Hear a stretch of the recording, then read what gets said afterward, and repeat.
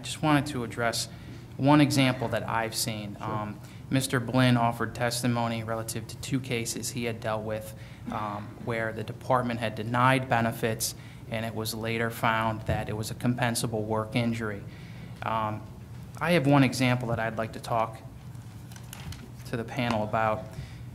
It concerns a CO out of SCI Fayette named Kevin Hand. And Mr. Hand was working at the institution when his office chair broke and he fell to the concrete floor. He suffered a lumbar strain. He immediately reported the injury. He went to see a panel doctor. The panel doctor took him off of work, told him he could not go back to work due to his back injury. The department denied his request for heart and lung benefits. Mr. Hand was left without income for himself, his wife, and his 2 minor children. Eventually, his health care benefits were stopped. Mr. Hand couldn't even treat for his low back any longer. The department rubber-stamped the denial, did no investigation. They did not send Mr. Hand for an IME until December. Keep in mind this happened in August. What's interesting is that that IME came back in January and said that this was a work-related injury. During this period, Mr. Hand, again, was left without benefits, without income, could not support his family. So, going along with what Mr. Blinn had said earlier, the process has to be corrected so that there is a timely investigation by the employer. Are you finished now? I am, thank you. Mr. Chairman, I would like to make a suggestion here that from the information presented by the union and the limited information that they have presented from the Commonwealth in the email, it appears that this is a system that both sides seem to agree needs some modification. And I am not in any way an expert on heart and lung matters. I would ask that you direct the parties to sit down, meet, and try to agree as much as they can on a process before May 17th. Yeah, you know what, yesterday we had a proposal on modifying the grievance procedure, and we kind of threw it in Brian's lap to come up with some things in writing and try to work out those issues with the union, because I think on some of them you agree. Now, Brian, I don't know if the heart and lung procedure also falls into your onto your desk or not, or it should be directed to somebody else. But Brian and I try to avoid it. To the extent that it's covered in the contract, yeah, it does fall in our office, and then we would oversee any collective bargaining negotiations that would resolve the issues that are in dispute, but we would do so and consult with the department, both corrections and welfare attorneys and those that actually hear the cases. Okay, well, I guess my point is I think Fred's suggestion is a good one, and especially, if I may interrupt, especially when there's a process that's already in the collective bargaining agreement that seems to not be followed by either party at the current time. Right, and the fact that there's at least been some modification with, like Ms. Lewis saying, let's do it in 30 days, and then everybody starts doing it in 30 days. So to the extent that parties can work this stuff out before this board has to meet in executive session, you know, I would like that to happen. And you may wind up agreeing to, you know, 9 things out of 10, and then we'll have to agree on that 10th, but that's fine. I would ask that that be brought back to us by May 17th, and I picked that date. Is that our last day? No, there are 2 days after that, May 19th and 20th. Okay. To the extent they can work it out, it'll obviate the need for any evidence presented by the Commonwealth on the issue, which can help expedite these hearings at the end. Okay, then that's fine. We ought to do that for both the grievance procedure and the heart and lung procedure. So that gives you a couple weeks, 2.5 weeks to kind of do some work on that and then report back to us. Can we also agree here who the point person will be? I think Brian Olds is willing to be the point person and coordinate with the Commonwealth on this. Would it be Mr. Blinn on the union side, or whom? I'd be happy to do it. Okay. You got the job. Oh, boy. Thank you. I have one follow-up for Chris. Well, actually, I have two. One is this idea of not getting information from the panel physicians is disturbing. Did they explain why they wouldn't give it? My situation didn't deal with the panel physician not releasing information. I believe that Mr. Blinn had that. That was something that Ralph case. brought up. Oh, Ralph, you brought that up? Yes. Was there an explanation as to why? That was Mr. Blinn's case. No, there was not. Okay. It was just, we asked, and we were told, no. And We I'm will simply not give you anything. Okay, and just so I understand it, you know, when we're talking about the or the physician-patient relationship, even if you're going to a panel doctor and somebody else is paying for it, that relationship exists, doesn't it? That relationship certainly exists. I mean, it's in terms of confidentiality and all that, it's a normal doctor-patient relationship. And when we ask for this information, we provide the doctor with a signed HIPAA-compliant medical authorization allowing the doctor to release the information to us.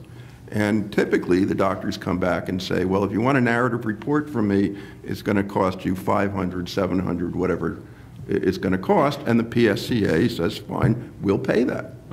And I usually write to the doctors and I say, we'll pay you a reasonable fee for the narrative. However, if you need payment before writing the narrative, please let me know and we'll get you a check.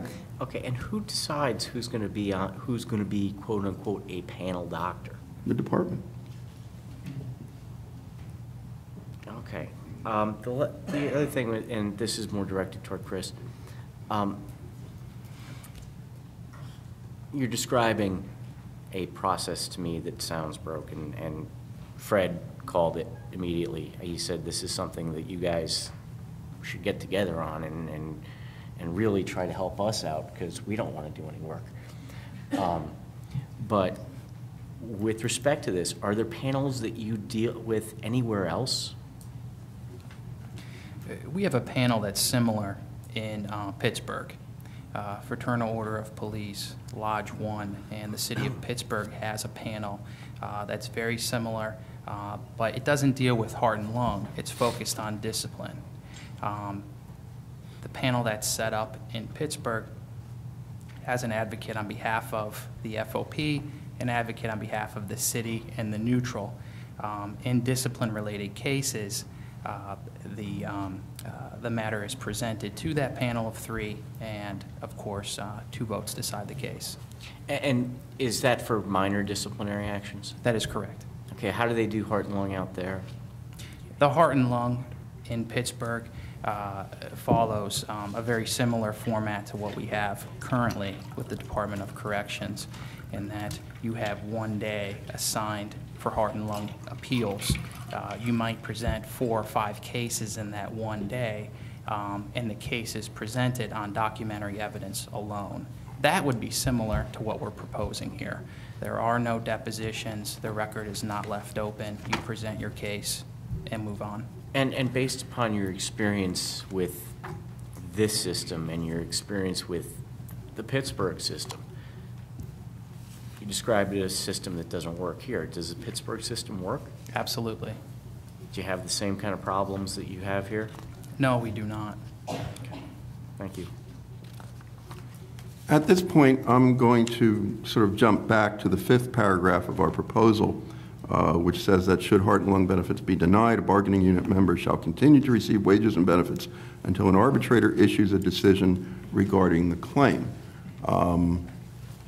I have Ms. Tammy Santarelli, who is a corrections officer, here as a witness. I don't believe either Mr. Tressler or Mr. Simbala are going to be witnesses on this particular issue, so that if the other side has any questions on what's been said, this would be a good time to ask.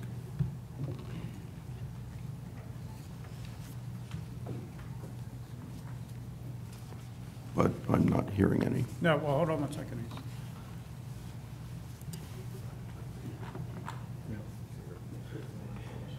I don't have anything more. I've asked mine. Okay, Okay. thank you. Thank you, gentlemen. Okay. Ralph? Help her up and sit with her. Okay. We're going to call Miss Tammy Santarelli.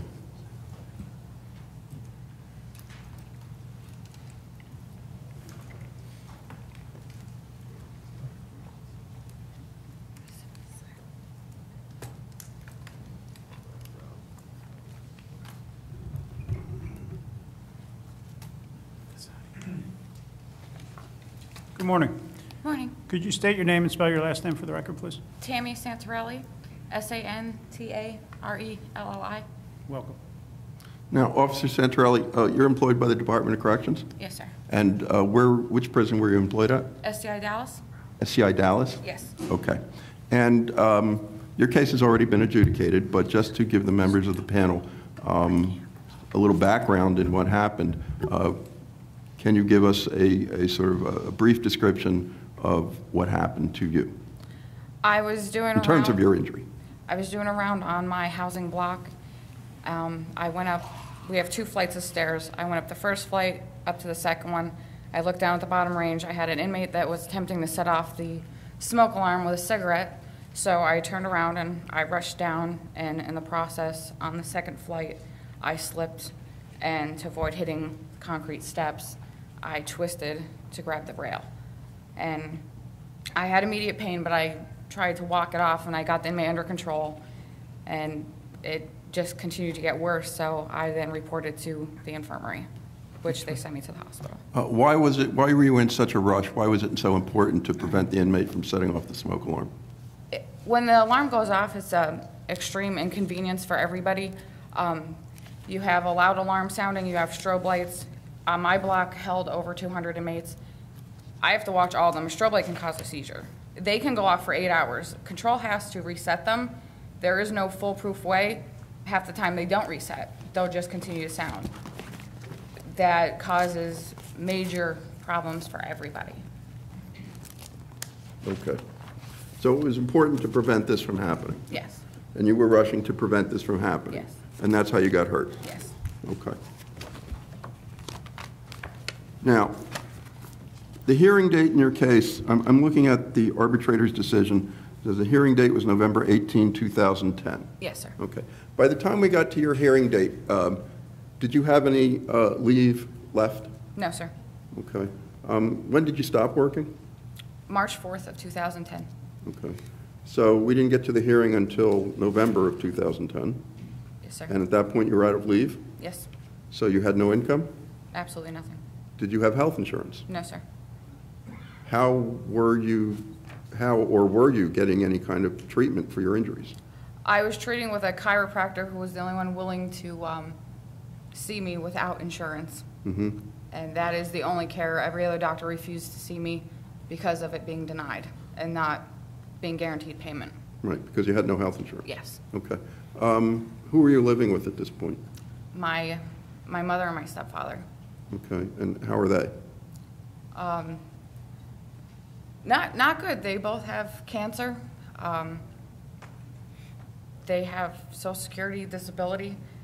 My stepdad recently just found out his cancer spread, and they're worrying about me. How old are you? I'm 26. So your mother and your stepdad were supporting you during this period of time? Yes, sir. And they both have their own problems? Yes, sir. Okay. And we did eventually win your case? Yes, sir. Okay. Have you received notification from the department that your benefits have been restored? No, sir. Have you asked about that? Yes, I did. And they still haven't done it? No, sir. Have you gotten any back pay from them? No, sir. Have you gotten any pay from them? As recently as yesterday, I received my first check. Yesterday you got your first check? Okay. Do you have an insurance card? No. Okay. And the date of the award was April 6th. Yes, sir. So we're now almost a month out. Yes. Have you contacted them and Yes. tried to push this along? Yes, I did. Still nothing. Still nothing.